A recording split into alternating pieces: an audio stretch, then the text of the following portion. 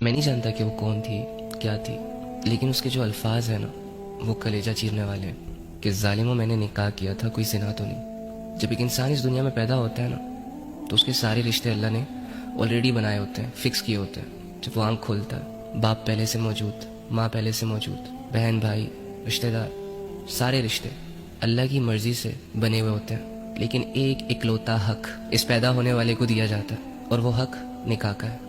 فرمایا کہ دو محبت کرنے والوں کے درمیان بہترین رشتہ نکاح کا ہے۔ اللہ نے منع نہیں کیا، رسول اللہ نے پسند کی شادی کو اپریشیٹ کیا۔ مرد اور عورت دونوں کے پاس پسند کی شادی کا حق ہے۔ والدین اوپینینز دے سکتے ہیں، رائے دے سکتے ہیں، سمجھا سکتے ہیں، ریسرچ کر سکتے ہیں، لیکن والدین خدا بن کر، گھر والے رشتہ دار خدا بن کر کسی کی شادی کا فیصلہ نہیں کر سکتے۔ یہ اللہ کا دیا ہوا ایک اکلوتا حق بھی بہت سارے لوگوں سے چھین لیا جاتا ہے۔ جہاں ان کی مرضی نہیں ہوتی وہاں ان کی شادیاں فکس کروا دی جاتی ہیں، اور پھر ساری عمر ان کا پوچھا تک نہیں جاتا۔ جب ان کے درمیان کلیشز آتے ہیں کوئی سارٹ آؤٹ کرنے کے لیے نہیں آتا۔ وہ رشتہ جو محبت سے چلتا ہے، جس کا ایندھن محبت ہے، عزت ہے، وہ خاندان، سوسائٹی اور معاشرے کی وجہ سے بوجھ بنا دیا گیا۔ زبردستی کی شادیاں کروائی جاتی ہیں۔ جب لڑکیاں اپنے لیے سٹینڈ لیتی ہیں تو انہیں دھمکیاں، ایموشنل بلیک میلنگ، ڈرایا دھمکایا جاتا ہے۔ کیا کرے وہ بیچاری؟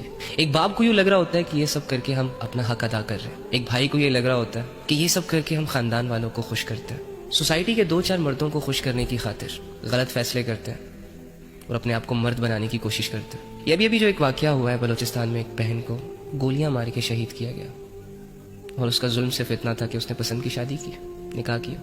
یہ جن سو کولڈ غیرت مند لوگوں نے دو چار لوگوں کی باتوں میں آ کر یہ کام سر انجام دیا، اگر تم واقعی مرد ہو، اگر تم واقعی اتنے بہادر ہو، رات کی تنہائی میں 2 منٹ کے لیے اپنے آپ کو صرف اس لڑکی کی جگہ امیجن کرو، اور وہ گولیاں جو اس لڑکی کے سینے سے آر پار ہوئی، جن سے اس کی زندگی ختم ہوئی، صرف تصور کر کے دیکھو کہ وہ تمہارے سینے سے آر پار ہو رہی ہیں، اور تمہارا جرم صرف اتنا ہو کہ تم نے ایک حلال طریقے سے اپنی خواہش پوری کی، جس میں اللہ کو کوئی مسئلہ نہیں تھا، رسول اللہ کو کوئی مسئلہ نہیں تھا، اسلام کو کوئی مسئلہ نہیں تھا، لیکن تمہاری سو کولڈ سوسائٹی کو اس فیصلے سے مسئلے تھے۔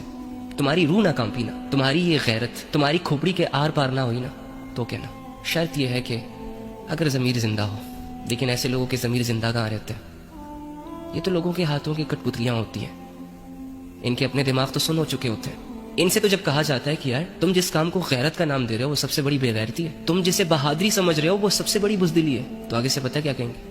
آگے سے کہیں گے یار اگر ہم ایسا نہ کریں تو پھر لوگ کہیں گے کہ بے غیرت ہے۔ لہٰذا اپنی غیرت کو بچانے کے لیے ان غیرت مندوں نے وہ بے غیرتی والا کام کیا جو ایک مرد کے ساتھ سوٹ نہیں کرتا، جو ایک مومن کے ساتھ سوٹ نہیں کرتا۔ جانتے ہو مظلوم کی دعا اللہ کے عرش کو ہلا دیتی ہے۔ یار ایک سیکنڈ کے لیے امیجن کرو، تصور کرو کہ اس کی گھائل روح جب اللہ رب العزت کے سامنے پیش ہوئی ہوگی اور اللہ سے شکایت کر رہی ہوگی کہ اللہ تیرے بندوں نے میرے ساتھ یہ کیا۔ ذرا سا تصور تو کرو اس چیز کو، تم نے دو چار لوگوں کی باتوں میں آ کر اور اپنے آپ کو ایک مرد ثابت کرنے کے لیے دو چار گولیاں چلا دی ایک مظلوم پر، ہو گئی تیری واہ واہ ان جاہلوں میں، لیکن اللہ کی نظروں میں تو فیل ہو گیا، رسول اللہ صلی اللہ علیہ وآلہ وسلم کی نظروں میں تو فیل ہو گیا۔ تو صرف ایک انسان کا قاتل نہیں ہے برو، تو نے ایک انسان کو مار کے پوری انسانیت کو مار دیا۔ تیرے ہاتھ نہیں کام پہ یار، ایک سیکنڈ کے لیے بھی تیرے دل میں یہ خیال نہیں آیا کہ مجھے رک جانا چاہیے؟ جس بندے کو اللہ نے جینے کا حق دیا اس بندے سے میں ہوتا کون ہوں جینے کا حق لینے والا؟ جس بندے کو اللہ نے زندگی دی ہو میں ہوتا کون ہوں اس سے اس کی زندگی چھیننے والا؟